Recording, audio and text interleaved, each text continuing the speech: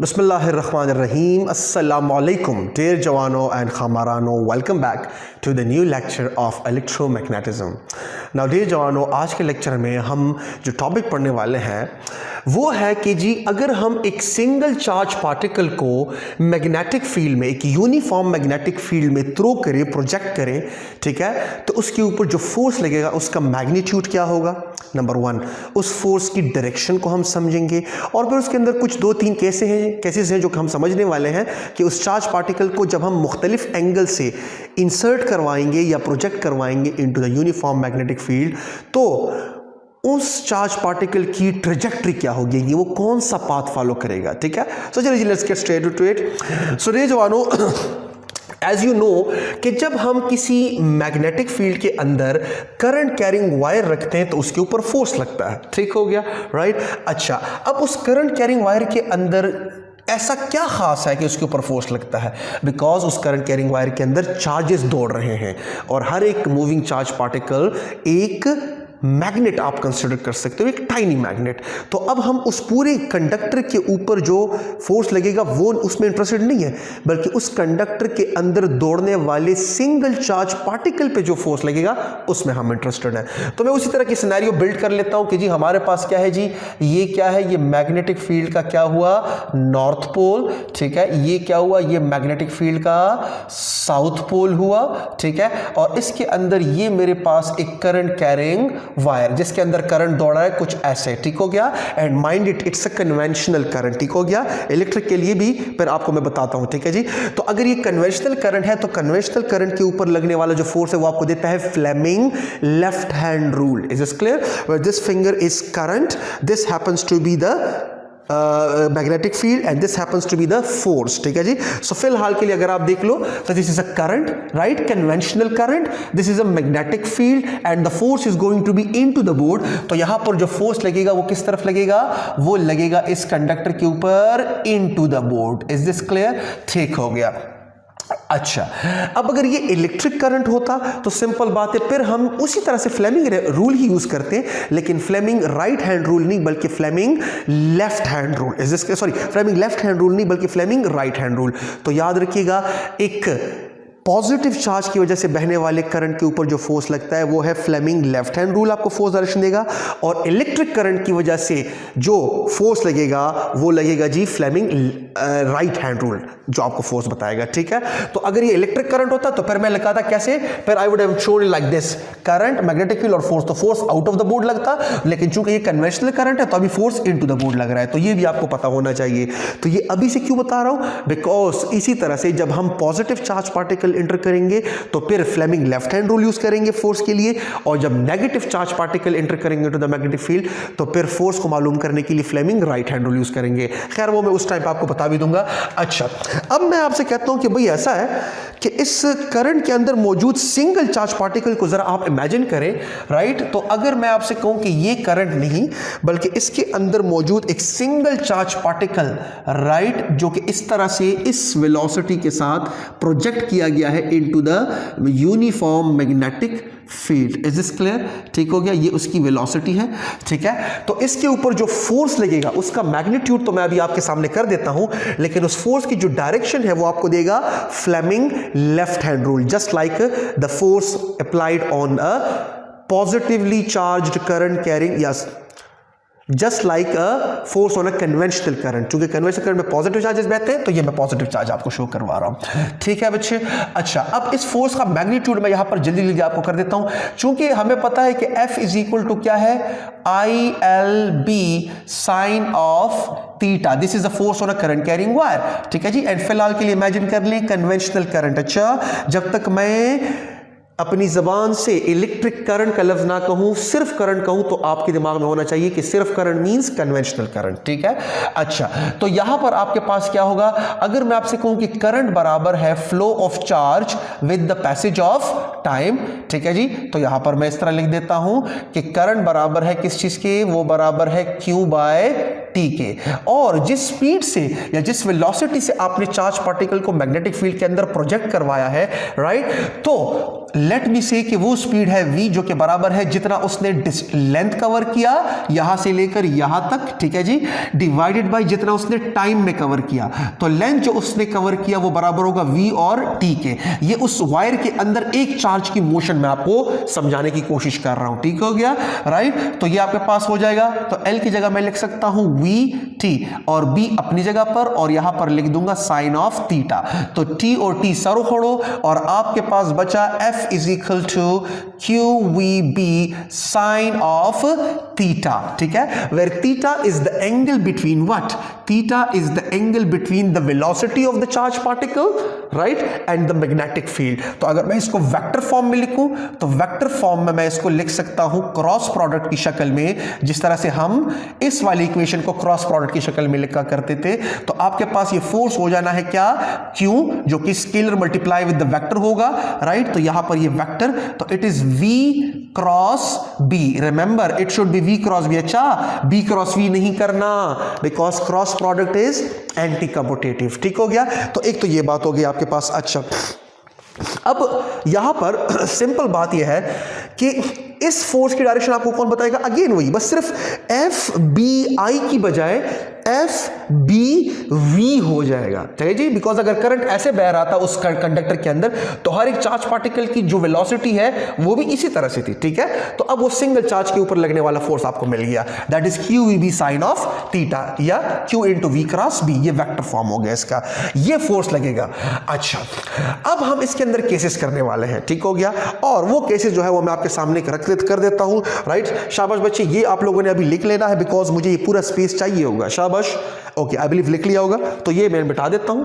तो हमारे पास जो अब सिचुएशन होने वाली है वो कुछ ऐसे होने वाली है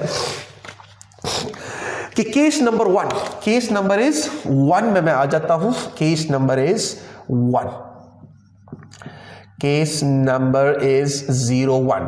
केस नंबर 01 में यह है कि जब आप चार्ज पार्टिकल को जिस स्पीड से एंटर कर, जिस वेलोसिटी से एंटर करवा रहे हो वो प्योरली मैग्नेटिक फील्ड को क्या है, पैरेलल। Is this clear? या फिर आप कह सकते हो कि जो वेलोसिटी, जिस वेलोसिटी से आपने चार्ज पार्टिकल को एंटर करवाया है इनटू द मैग्नेटिक फील्ड, वो प्योरली मैग्नेटिक फील्ड को क्या है, एंटी पैरेलल, यानी कि V is entered either in the direction of magnetic field or opposite to the direction of magnetic field, right? तो आपके पास सिचुएशन कैसी होगी, तो हमारे पास जो फोर्स लगेगा, the force is going to be equal to QVB sin of theta. तो sign of, या तो एंगल यहां पर क्या है 0 डिग्री है और या तो एंगल 180 डिग्री है, ठीक हो गया बच्चे, राइट। Anti parallel means 180। तो साइन इन दोनों के ऊपर आपको 0 वैल्यू देगा। तो जब ये वाला खामार 0 हो जाएगा तो खामारानो आपके पास ये सारा का सारा टर्म क्या हो जाएगा, 0। तो F is equal to Q B sine of 0 degree या 180 डिग्री, दोनों आपको क्या देंगे, 0, 0 मल्टीप्लाई बाय एनीथिंग इज 0। तो फोर्स ने हो जाना है 0। इसका मतलब यह है कि मैग्नेटिक फील्ड के अंदर अगर आप किसी चार्ज पार्टिकल को मैग्नेटिक फील्ड की डायरेक्शन में या तो पैरेलल एंटर करवाते हो या एंटी पैरेलल, तो मैग्नेटिक फील्ड बेचारा उसके ऊपर कोई फोर्स नहीं लगा पाता, ठीक है। अगर मैं सीधे अल्फाज में कहूं कि मैग्नेटिक फोर्स जो है वो हमेशा वेलोसिटी को पे लगता है, लेकिन तब जब उसको परपेंडिकुलर हो, यानी कि इस वेलोसिटी को जितना मैं बी वेक्टर के अलोंग करवाऊंगा उतना ही ये फोर्स कम होता जाएगा, जेम्स बॉन्ड, ठीक हो गया, यानी कि it will be like this, ठीक है। जितना ये वेलोसिटी वाला वेक्टर मैग्नेटिक फील्ड को परपेंडिकुलर होगा उतना ही ये फोर्स ज्यादा लगेगा, और जितना ये वेलोसिटी वाला वेक्टर जो है ये आप मैग्नेटिक फील्ड के अलोंग करते चले जाओगे उतना ही ये फोर्स कम लगता जाएगा, और जब प्योरली अलोंग हो जाएगा तो फोर्स लगना बंद हो जाएगा, या जब प्योरली एंटी पैरेलल हो जाएगा तो भी फोर्स लगना बंद हो जाएगा, ठीक हो गया। तो ये आपको क्लियर हो गया। तो इसका मतलब ये है कि एक चार्ज पार्टिकल को जब आप पैरेलल या एंटी पैरेलल एंटर करवाते हो तो वो स्ट्रेट लाइन मोशन करेगा, so the trajectory will be straight line. तो यहां पर मैं लिख देता हूं कि in this particular case the trajectory is straight line, trajectory is straight line motion, ठीक हो गया, स्ट्रेट लाइन, यानी कि रेक्टिलिनियर मोशन आप कह सकते हो। Is this clear? ओके जी, राइट। यानी कि अगर मैं आपसे कहूं कि देखिए यहां पर अगर आप देख लो, दिस हैपेंस टू बी, अगर मैं यहां पर एक, sorry for that, ठीक है,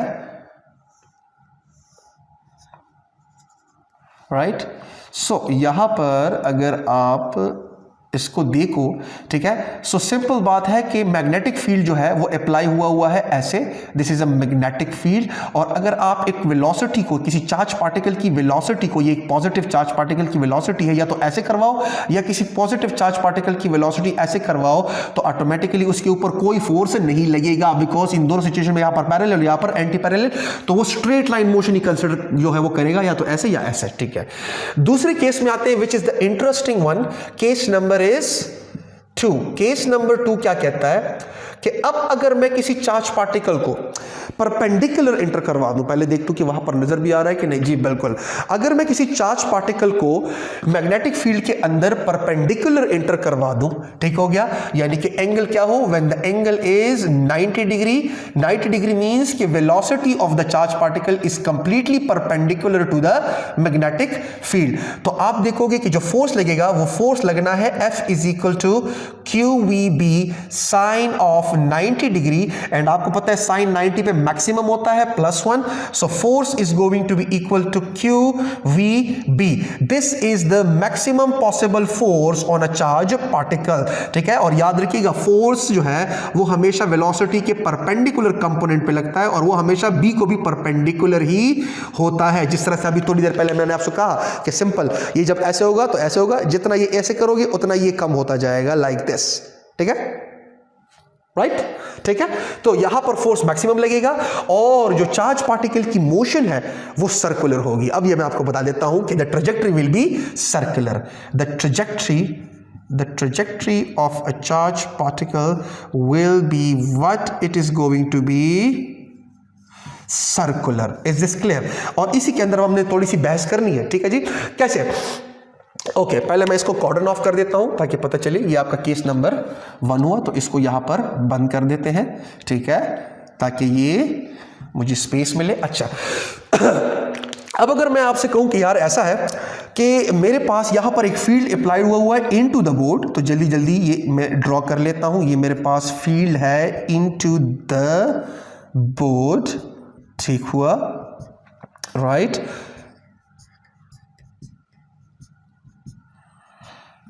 ठीक हुआ, this is a field into the board, ठीक है जी। तो यहां पर मैं कह देता हूं कि magnetic field is into the board, B is into the board, यानी कि आपने क्या किया, ये जो नॉर्थ और साउथ नजर आ रहे हैं ना, ये मैंने उठाए और ये मैंने हाँ ऐसे करवा दिए। सो नॉर्थ से लाइंस निकल रही हैं और बी की तरफ, तो इनटू द बोर्ड, ठीक हो गया बच्चे।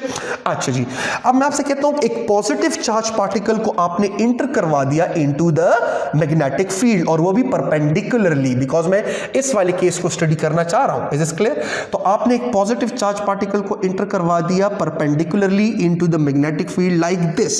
This is the velocity with which you entered the charge particle into the magnetic field. अच्छा, अब यहां पर फोर्स कैसे लगेगा, तो वो आपको फ्लेमिंग लेफ्ट हैंड रूल बताएगा। और याद पर मैं 2 रूल्स आपको बता देता हूं फोर्स को मालूम करने के लिए, डायरेक्शन को मालूम करने के लिए। उसमें आपकी अपनी मर्जी, जिस तरह से जो वाला आपको ज्यादा कन्वीनियंट लगे। सबसे पहले तो फ्लेमिंग लेफ्ट हैंड रूल तो है ही, बिकॉज पॉजिटिव चार्ज पार्टिकल है तो लेफ्ट हैंड रूल लगेगा फ्लेमिंग वाला। अगर नेगेटिव चार्ज पार्टिकल होता तो राइट हैंड रखता, अगेन वेलोसिटी, लेकिन velocity of the negative charge particle, magnetic field and force, ठीक है। लेकिन फिलहाल मैं पॉजिटिव की तरफ जा रहा हूं तो सिंपल बात है, तो आपके पास velocity, magnetic field into the board और फोर्स अपवर्ड। तो यहां पर जो फोर्स लगेगा वो अपवर्ड लगेगा। इसका मतलब यह है कि चार्ज पार्टिकल ने मूव होना है कैसे, चार्ज पार्टिकल ने मूव होना है लाइक दिस, करेंगे फोर्स ऊपर लगेगा तो इसके ऊपर जब धक्का लगेगा तो इसने मूव हो जाना है लाइक दिस। लेकिन जब वो यहां पर आता है बेचारा तो उसकी वेलोसिटी जो है वो ऐसी हो जाती है। तो अब अगर मैं वही फ्लेमिंग लेफ्ट हैंड रूल पर से अप्लाई करूं तो देखिए ये वेलोसिटी ऐसी, तो फोर्स लगा ऊपर तो ये हुआ ऐसे, ठीक है। तो अब वेलोसिटी ऊपर, magnetic field still into the board, तो फोर्स लगा इस तरफ, राइट। तो जब इस तरफ फोर्स लगेगा तो इसने अब बेंड हो जाना है ऐसे। तो यहां पर चार्ज पार्टिकल आया तो अब यहां पर उसकी वेलोसिटी हुई बच्चे आपकी दुआओं से ऐसे। तो जब उसकी वेलोसिटी ऐसे हुई तो अब फिर से देखिए लाइक दिस, नो रश्मता बदले तो इस तरह चले जाता हूं, ठीक है। वेलोसिटी, मैग्नेटिक फील्ड और फोर्स अब डाउनवर्ड लगेगा। तो जब वो डाउनवर्ड लगेगा तो इसने अब जाना है किस तरफ, इस वाले पॉजिटिव चार्ज पार्टिकल ने अब चले जाना है कुछ ऐसे। तो यहां पर जब वो आ जाता है तो उसकी वेलोसिटी की डायरेक्शन हो जाती है कुछ ऐसे। तो जब वो ऐसे हो जाएगी तो ऑटोमेटिकली देखिए वेलोसिटी, मैग्नेटिक फील्ड और फोर्स, तो अब फोर्स लगने लग जाएगा इस तरफ, तो अब वो जाएगा इस तरफ, और जब वो इधर आएगा तो फिर तो वही वाला किस्सा हो गया, तो वो फिर इस तरफ से जाएगा। यानी कि कहने का मकसद ये है कि जब आप चार्ज पार्टिकल को मैग्नेटिक फील्ड में परपेंडिकुलरली एंटर करवाते हो, जब V और B आपस में परपेंडिकुलर हो, तो याद रखिएगा वो चार्ज पार्टिकल बेचारा उधर से निकल नहीं पाएगा, वो सर्कुलर पाथ में रिवॉल्व करना शुरू कर जाएगा। Is this clear? ठीक है। अच्छा, डायरेक्शन के लिए दूसरा रूल क्या होगा? तो दूसरा रूल आप ये कर सकते हो, उसको कहते हैं फ्लेमिंग। एक तो फ्लेमिंग लेफ्ट हैंड रूल हो गया ना पॉजिटिव चार्ज के लिए, उसी तरह पॉजिटिव चार्ज के लिए दूसरा होगा आपके पास क्या? Palm rule, right hand palm rule. तो सिंपल बात है, this is a velocity, is this clear? These fingers will show the magnetic field, और ये पाम का जो फेस है ये जिस तरफ भी आ जाए वो फोर्स होगा। तो देखते जाए, वेलोसिटी, मैग्नेटिक फील्ड, ये उंगलियां मैग्नेटिक फील्ड, और पाम का फेस जो शो कर रहा है क्या? फोर्स। तो फोर्स ऊपर लगा, तो देखते जाएं, ये वेलोसिटी, फिर मैग्नेटिक फील्ड, पाम का फेस इस तरफ है तो फोर्स इस तरफ लगा, तो इस तरफ हुआ, तो velocity, magnetic field into the board, और पाम का फेस नीचे की तरफ है तो फोर्स नीचे लगा, तो ऐसे हुआ। तो ये भी आपके पास है right hand palm rule. Is this clear? For a motion of the positive charge particle inside a magnetic field. So positive charge particle के लिए आपने फ्लेमिंग लेफ्ट हैंड रूल से या राइट हैंड पाम रूल से भी use कर सकते हो। ठीक हो गया? तो ये आपके पास क्लैरिटी आ गई है। ठीक है, जो अभी आप इसमें यूज करना चाहो, जिसके साथ आप ज्यादा कंफर्टेबल हो। ठीक है, तो चार्ज पार्टिकल बेचारा क्या करेगा? सर्कुलर पाथ में रिवॉल्व करना शुरू कर देगा। ठीक हो गया। अब हमने इस सर्कुलर पाथ की क्या मालूम करनी है? हमने ये मालूम करना है कि इस सर्कुलर पाथ की रेडियस के लिए इक्वेशन क्या आना है। Is this clear? Right, because ये आगे जाके हमारे चार्ज टू मास रेशो में भी काम आने वाला है। ठीक है, और साइक्लोट्रॉन जो एक पार्टिकल एक्सेलरेटर है उसमें भी ये जो है यूज किया जाता है। तो ये रेडियस, और फिर साथ में हमने ये देखना है कि ये जो रोटेट कर रहा है तो इसकी एंगुलर फ्रीक्वेंसी, इसकी लीनियर फ्रीक्वेंसी और टाइम पीरियड, इसके लिए हमने इक्वेशंस डिराइव करने हैं। ठीक हो गया? तो चलिए जी करते हैं विदाउट वेस्टिंग टाइम। तो मैं आपसे कह देता हूं कि यहां पर चूंकि मैग्नेटिक फोर्स लग रहा है और मैग्नेटिक फोर्स हमेशा वेलोसिटी को परपेंडिकुलर लगता है। ठीक हो गया? राइट। तो यहां पर एक और भी बहुत इंपॉर्टेंट पॉइंट बिफोर डेरिवेशन, और वो ये कि याद रखिएगा, चूंकि फोर्स जो है वो हमेशा वेलोसिटी के परपेंडिकुलर कंपोनेंट को लगता है, तो इसका मतलब है कि वेलोसिटी तो हमेशा डिस्प्लेसमेंट को पैरेलल होती है, बिकॉज जिस डायरेक्शन में बनने की डिस्प्लेसमेंट उसी डायरेक्शन में बनने की वेलोसिटी, उसी डायरेक्शन में बनने का मोमेंटम, लीनियर मोमेंटम, ये एक जोड़ा है जो आपको याद रखना है।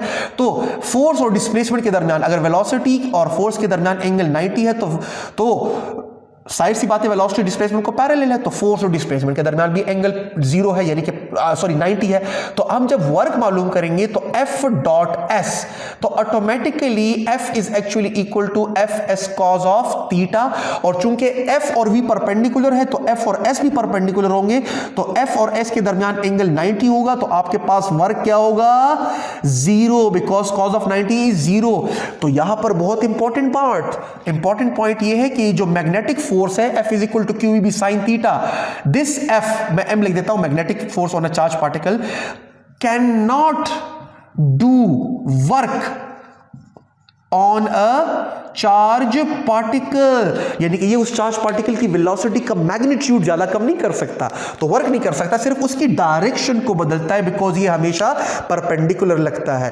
तो जब ये वर्क नहीं कर सकता तो this force can not increase the kinetic, can not change the kinetic energy of the charge particle. ये याद रखिएगा, because kinetic energy is actually a scalar quantity 1/2 mv²। Now mv², m is the mass of the charge particle, v is the speed. तो speed नहीं बदल सकता, which happens to be the magnitude of velocity, लेकिन velocity की direction जरूर बदल रही है। Is this clear? ठीक है, तो ये आपको पता होना चाहिए। ठीक है जी, तो ये फोर्स कभी भी काइनेटिक एनर्जी को ज्यादा कम नहीं कर सकता, but it can change the momentum, because ये वेलोसिटी की डायरेक्शन चेंज कर रहा है तो मोमेंटम की भी डायरेक्शन चेंज कर रहा है, और momentum happens to be vector quantity, और वेक्टर का मैग्नीट्यूड या डायरेक्शन जिसमें भी चेंज आ जाए तो हम कहते हैं वेक्टर चेंज हो गया है। So can change the momentum. Is this clear? ठीक हो गया। चलो ये पॉइंट भी दरमियान में क्लियर हो गए। अब मैं आता हूं जी किसकी तरफ जी, हमें पता है कि चूंकि जब यही फोर्स रिस्पॉन्सिबल है F is equal to QEB sine theta वाला, राइट, इस ऑब्जेक्ट को सर्कुलर पाथ में घुमाने के लिए तो सेंट्रीपिटल फोर्स इसने प्रोवाइड किया होगा, तो the centripetal force is provided by this magnetic force. तो सेंट्रीपिटल फोर्स जो है वो बराबर है M V square by R के, आपकी दुआओं से, और जो क्यू ये है ये बराबर है क्यू वी बी के। साइन थीटा इसलिए नहीं लिख रहा बिकॉज मुझे पता है कि साइन 90 है, ये सिर्फ इस केस के लिए है ना, ठीक हो गया, जहां पर वी और बी परपेंडिकुलर हो। अच्छा, अब यहां पर मैं फिलहाल इंटरेस्टेड हूं आर मालूम करने में, तो अगर मैं आर मालूम करूंगा तो ये और ये कट जाएगा, तो आपको मिल जाएगा कि आर आपके पास बराबर हुआ किस चीज के, आर आपके पास बराबर हुआ M V divided by Q B. ये बहुत इंपॉर्टेंट इक्वेशन है और इसको आप और भी तरीकों से लिख सकते हो। अगर आप देख लो तो मैं आर लिख सकता हूं कुछ इस तरह से कि यहां पर R आपके पास बराबर हुआ किस चीज के, R आपके पास बराबर हुआ M V divided by Q B के। तो इसको इस तरह भी लिखा जा सकता है, एम वी इज मोमेंटम, तो momentum of a charge particle divided by Q B के। या इसको ऐसे भी लिखा जा सकता है कि हमें पता है कि kinetic energy is equal to P square by 2m, so P is actually equal to 2m into kinetic energy whole का स्क्वायर रूट। तो इसको ऐसे भी लिखा जा सकता है कि it is 2m into kinetic energy और होल का square root divided by Q B. तो ये पॉसिबल फार्मूले बनते हैं रेडियस के, और इसके अंदर बहुत सारे ट्रिकी एमसीक्यूज बन सकते हैं, बस आपको पता होना चाहिए कि कौन सा लगेगा। फिलहाल मैं वो डिस्कस नहीं करने वाला, फिलहाल मैंने आपको सिर्फ इतना बता दिया कि इस तरह के फार्मूले रेडियस के लिए बन सकते हैं, ठीक हो गया। किस रेडियस के लिए, इस सर्कुलर पाथ के चार्ज पार्टिकल जिनसे फॉलो किया हुआ है रेडियस के लिए, ठीक हो गया। ये तो रेडियस हो गया। अब मैं इसके लिए इक्वेशन डिराइव करने वाला हूं कि इस सर्कुलर पाथ की एंगुलर वेलोसिटी क्या है, यानी कि एंगुलर फ्रीक्वेंसी, फिर लीनियर फ्रीक्वेंसी और फिर टाइम पीरियड। तो चलिए जी वो जो है वो मैं यहां पर कर लेता हूं। तो देखते जाए जरा गौर से, यहां पर अगर मैं इसकी फ्रीक्वेंसी के लिए इक्वेशन डिराइव करूं तो again centripetal force is provided by a magnetic force, तो again M V square by R happens to be equal to Q V B, ठीक हो गया बच्चे। अच्छा, तो जवानों ये और ये कैंसिल हुआ। अच्छा, तो अगर मैं आपसे कहूं कि यहां पर मेरे पास जो v है वो बराबर हुआ किस चीज के, मैं इजीली कह सकता हूं कि हम कह सकते हैं कि it is M V by R is equal to Q B. So v बराबर हो जाएगा किस चीज के, v बराबर हो जाएगा Q B into R divided by M. I can safely say it like this, right. अच्छा, now this is a tangential velocity happens to be magnitude, लेकिन मुझे पता है कि एक सर्कुलर पाथ में जो लीनियर वेलोसिटी होती है वो उस सर्कुलर पाथ को क्या होती है, टेंजेंट होती है, हर एक पॉइंट पे उसकी डायरेक्शन बदल रही होती है। और एक सर्कल में टेंजेंशियल वेलोसिटी और एंगुलर वेलोसिटी को रिलेट करने वाला जो इक्वेशन है, तो first year physics chapter number 5 rotational and circular motion, v is actually equal to r omega, right. तो यहां पर Q B r divided by m, यहां पर मैं लिख देता हूं कि v is equal to r omega, right. तो आप यहां पर क्या कर सकते हो, दे योबल सर उखड़ो, r और r कैंसिल हो गए, तो यू आर लेफ्ट विथ कि omega is actually equal to QB divided by M. This happens to be the equation for the angular frequency or angular velocity. और फिलहाल के लिए angular velocity क्या है, direction, so simple curling fingers in the direction of rotation and thumb. So angular frequency is towards you, out of the board, ठीक हो गया, because it's a vector quantity ना, axial vectors जिसे हम कहते हैं, ठीक हो गया। अच्छा, अब linear frequency किसके बराबर होगा, तो आपको पता है कि ओमेगा बराबर है 2 पाई एफ के। Is this clear? Again first year physics, तो QB डिवाइडेड बाय m, ठीक हो गया। तो यहां पर मैं 2 पाई को डिवाइड कर दूंगा तो f बराबर आ जाएगा QB divided by 2 pi M के। This is the linear frequency. Linear frequency का क्या मतलब है कि अगर मैं ऊपर से लाइट शाइन करूं और ये पॉजिटिव चार्ज पार्टिकल जितना रोटेशन करता है तो यहां पर उसका जो शैडो होगा वो एक्चुअली वाइब्रेशन कर रहा होगा या ऑसिलेशन, जिस तरह से हमने क्या प्रूव किया था कि circular uniform circular motion SHM है, वही वाला किस्सा है, ये है फ्रीक्वेंसी, ठीक हो गया। तो this is the linear frequency and इस फ्रीक्वेंसी को हम साइक्लोट्रॉन फ्रीक्वेंसी भी कहते हैं। Cyclotron is the name of the accelerator, ठीक है जी, जिसको इंशाल्लाह से एक लेक्चर की बात करेंगे। तो इसको हम साइक्लोट्रॉन फ्रीक्वेंसी या जायरो फ्रीक्वेंसी भी कहते हैं, ठीक हो गया। ओके, ये आपके पास क्लियर हो गया। अच्छा सर जी ये किधर से आया, चलिए ये भी करवा देता हूं, आओ का नता को बजान नहीं आई, फर्स्ट ईयर खुदा नहीं दे। तो आपको पता है कि ओमेगा बराबर होता है थीटा बाय टी के बराबर। For one revolution this omega is this theta is actually equal to 2 pi radians and for one revolution the time taken is capital T. तो वो यहां पर जब आप पुट करते हो तो आपके पास ओमेगा बराबर हो जाता है 2 pi and 1/t is actually linear frequency. So omega की जगह 2 पाई f। पहले देख लूं कि यार नजर भी आ रहा है कि नहीं। ओहो द हुबीही पसाइड दे। हाँ चले, अब गुजारा हो गया जी। चले So this is frequency is equal to QB divided by 2 pi m। अगर मैं टाइम पीरियड का इक्वेशन निकालना चाहूँ, टाइम पीरियड मींस कि यहां से लेकर ऑल द वे इन यहां तक कितना टाइम लगा होगा, right. Time period that is the time taken by a positive charge to complete one revolution. तो सिंपल इसको उल्टा कर दें तो टाइम जिस तरह से आपको पता है फ्रीक्वेंसी इज 1/t, तो जब आप टाइम पीरियड मालूम करोगे तो time period is actually equal to 2 pi m divided by QB। उल्टा हो गया। This is the equation for the time period.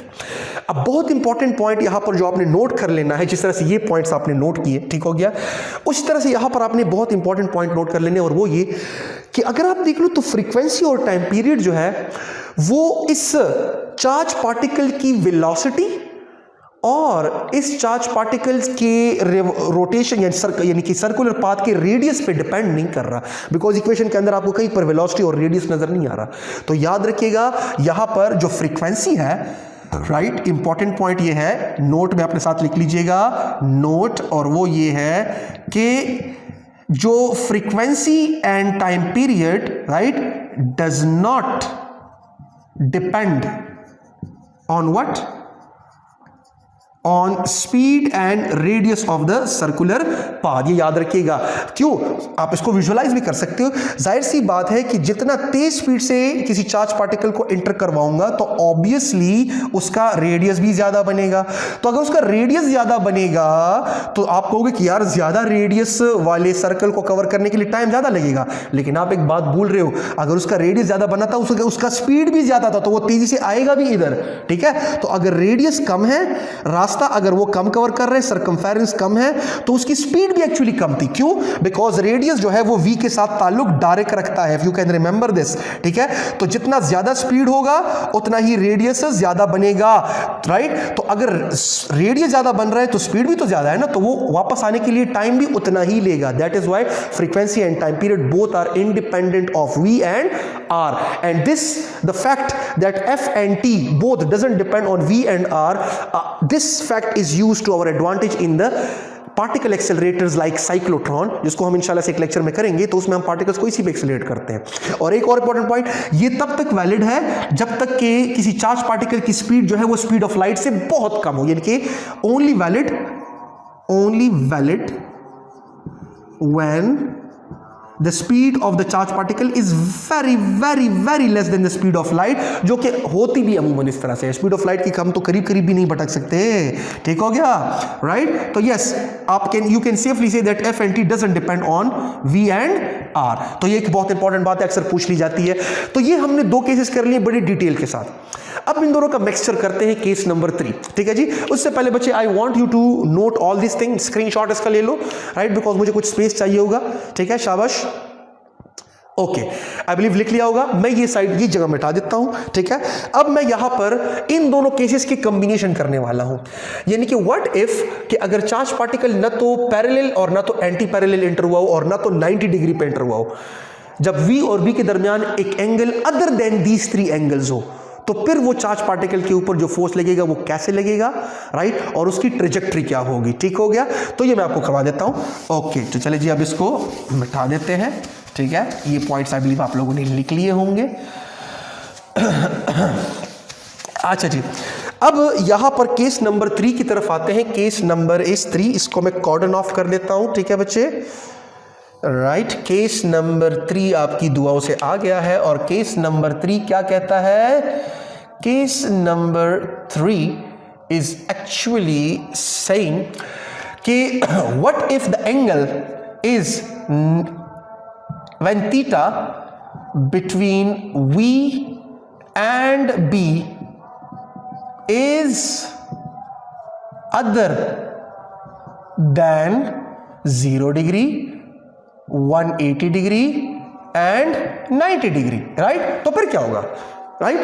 तो यहां पर सिंपल बात है भाई, जब 90 डिग्री हुआ करता था, इज दिस क्लियर, ये वाला, तो उसकी ट्रेजेक्टरी थी क्या? सर्कुलर, क्या? Circular.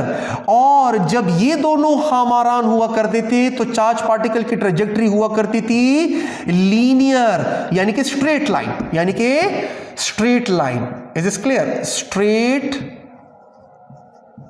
Line. Is this clear? और जब आप स्ट्रेट लाइन ट्रेजेक्टरी को सर्कुलर ट्रेजेक्टरी से ऐड करते हो, राइट, इसको मैं थोड़ा सा क्लियर कर लिख देता हूं ताकि थोड़ा सा क्लैरिटी से आए। जब आप सर्कुलर ट्रेजेक्टरी को स्ट्रेट लाइन मोशन या rectilinear motion, straight line, is this clear, right, तो जाहिर सी बात है कि वेलोसिटी के दो कंपोनेंट्स बनेंगे और उसका कुछ कंपोनेंट जो है वो पैरेलल होगा टू द मैग्नेटिक फील्ड, जिसकी वजह से वो स्ट्रेट लाइन मोशन करना चाहेगा, और इसका वेलोसिटी का एक कंपोनेंट जो मैग्नेटिक फील्ड को है उसको परपेंडिकुलर बनेगा, और उस परपेंडिकुलर कंपोनेंट की वजह से वो सर्कुलर मोशन भी करना चाहेगा। तो वो दोनों मोशन करेगा और इन दोनों की कलेक्टिव मोशन को हम कहेंगे क्या? Helical, right. वो एक हेलिकल पाथ इख्तियार करेगा, that is straight line plus circular. अच्छा जी, कैसे करेगा जरा गौर से देखिएगा। यहां पर मैं इसी की ये मैंने बनाया इसलिए था कि अब देखिए केस नंबर 1 कि चार्ज पार्टिकल इंटर कर रहा है ऐसे, तो वेलोसिटी और मैग्नेटिक फील्ड प्योरली क्या है? पैरेलल। केस नंबर 2 कोई चार्ज पार्टिकल इंटर कर रहा है कैसे? चार्ज पार्टिकल इंटर कर रहा है ऐसे, तो वेलोसिटी और मैग्नेटिक फील्ड प्योरली 90 डिग्री पर है, ठीक है। तो अगर तो यहां पर हुआ तो स्ट्रेट लाइन मोशन करेगा, जब यहां पर एंटर करेगा तो वो सर्कुलर मोशन करेगा। Is this clear? Like this like this कि यहां पर अगर एक चार्ज पार्टिकल इंटर कर गया लाइक दिस, तो वो चूंकि मैग्नेटिक फील्ड को प्योरली 90 डिग्री पर है, राइट, ठीक हो गया। तो आपके पास ये कैसे मोशन करेगा? तो अगर मैं लेफ्ट हैंड रूल अप्लाई कर लूं तो ये वेलोसिटी, मैग्नेटिक फील्ड और फोर्स, तो आप देखोगे कि वो इस तरह से जब जाएगा तो the motion is going to be like this. This is a circular trajectory. वो इस सर्कल में क्या करेगा? रोटेट करता जाएगा। I hope you can visualise this in 3D, right. लेकिन अब अगर मैं कहूं कि एक चार्ज पार्टिकल जो है वो इंटर कर गया है कुछ ऐसे, यहां पर मैं दिखा देता हूं, ठीक है जी। वो चार्ज पार्टिकल इंटर कर गया है कुछ इस वाली, इससे like this. Is it clear? तो अब इस वेलोसिटी के मैं ये मिटा देता हूं दरमियान में ताकि मुझे समझाना इजी हो जाए। तो अगर कोई चार्ज पार्टिकल ऐसे इंटर कर गया है विद दिस वेलोसिटी और मैग्नेटिक फील्ड है ऐसे, मैग्नेटिक फील्ड बन रहा है कुछ इस डायरेक्शन में, तो अगर आप देखो तो मैं वेलोसिटी को उसके दो हिस्सों में तकसीम कर देता हूं। ये वेलोसिटी का वो कंपोनेंट है जो कि परपेंडिकुलर है टू द मैग्नेटिक फील्ड, ठीक है जी। और ये जो है ये दूसरा वाला, राइट, ये वेलोसिटी का वो कंपोनेंट है जो कि क्या है? जो कि पैरेलल है टू द मैग्नेटिक फील्ड। तो ऑब्वियसली वेलोसिटी के पैरेलल कंपोनेंट की वजह से वो स्ट्रेट लाइन मोशन करेगा बिकॉज उसके ऊपर कोई फोर्स नहीं लगेगा, लेकिन परपेंडिकुलर कंपोनेंट के ऊपर तो फोर्स लगेगा। तो यहां पर एक्चुअली जो ट्रेजेक्टरी होगी वो कुछ इस तरह से होगी कि it is going to move like this.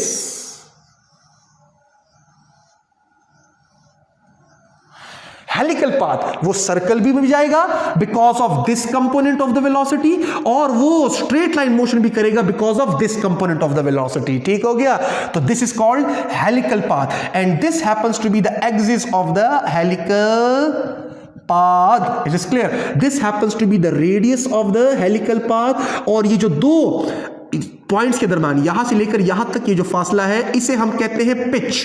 क्या कहते हैं जी? We call it pitch of the helix, right. Pitch किसे कहते हैं? Pitch is actually the straight line motion या द स्ट्रेट या the linear distance covered by a charge particle in a uniform magnetic field, ठीक है, in a time interval equal to the time period या in a time interval in which it will cover one complete rotation। यानी कि letter से इधर से आ रहा था और इधर के बाद, या चले मैं इधर कह देता हूं कि लेटर से इधर से आ रहा था तो इधर के बाद वो गया गया गया गया यहां से लेकर यहां तक। तो देखिए ये एक्चुअली एक सर्कल हुआ है, लेकिन चूंकि वो ऐसे भी जा रहा है तो वो सर्कल यहां पर नहीं आ रहा, वो इधर तक आया।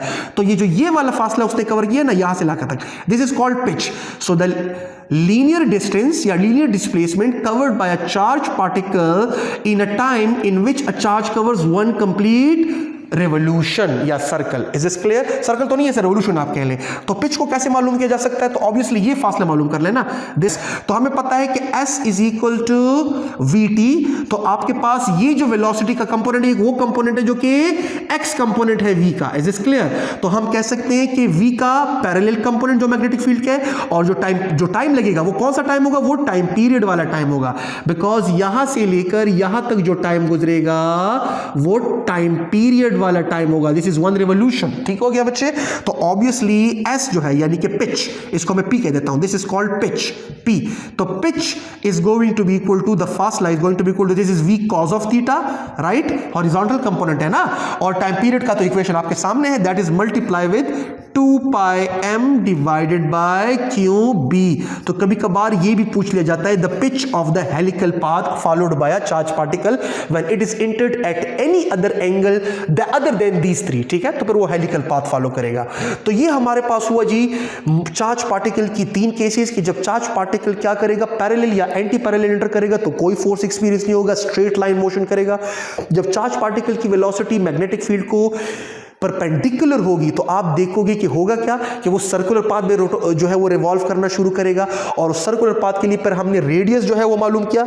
ये पॉसिबल फार्मूले हैं उस रेडियस के। ठीक हो गया? जो कि आपके एमसीक्यूज के लिए बहुत काम आ सकते हैं आपके। और फिर उस सर्कुलर पाथ में रिवॉल्व होने के लिए एंगुलर वेलोसिटी, लीनियर या angular frequency and time period. और फिर हमने बहुत इंपॉर्टेंट पॉइंट समझा ये वाला कि वो फ्रीक्वेंसी और टाइम पीरियड जो है वो स्पीड और आर पे डिपेंड नहीं करता। ठीक है, साथ में हमने समझा कि जी मैग्नेटिक फोर्स कभी भी वर्क नहीं कर सकता बिकॉज वो हमेशा वेलोसिटी को परपेंडिकुलर लगता है, तो वो डिस्प्लेसमेंट को भी परपेंडिकुलर लगता है। और वो फोर्स जो कि किसी डिस्प्लेसमेंट को परपेंडिकुलर लगता है वो उसकी वेलोसिटी की डायरेक्शन तो बदल सकता है लेकिन वेलोसिटी का मैग्नीट्यूड नहीं बदल सकता। तो जब वेलोसिटी का मैग्नीट्यूड नहीं बदल सकता तो वो उसकी काइनेटिक एनर्जी को भी चेंज नहीं कर सकता। ठीक हो गया? हाँ, मोमेंटम को चेंज कर सकता है because momentum is a vector quantity. तो वेलोसिटी की डायरेक्शन चेंज होगी तो मोमेंटम की भी डायरेक्शन चेंज होगी, because displacement is always parallel to velocity is always parallel to momentum। ये याद रखिएगा, ये एक जोड़ा है। And force is always parallel to the acceleration it produce, ये एक जोड़ा है जिसके ऊपर मैं एक लेक्चर कर चुका हूं, आपको लिंक डिस्क्रिप्शन में डाल दूंगा। ठीक हो गया? तो ये हमने बड़े डेप्थ में जाके समझा, फिर हमने पिच समझा। तो ये चीज जो है राइट, मैं देख लेता हूं कि कोई चीज में से रह तो नहीं गई। ठीक हो गया? हाँ ना, इंशाल्लाह से सारी चीजें इंशाल्लाह से इस पर कवर हो गई है। तो नेक्स्ट लेक्चर इंशाल्लाह से हमारा होगा चार्ज टू मास रेशो पे। सो जवानों और खामारानों अपना बहुत ख्याल रखिएगा। खुदे पामान।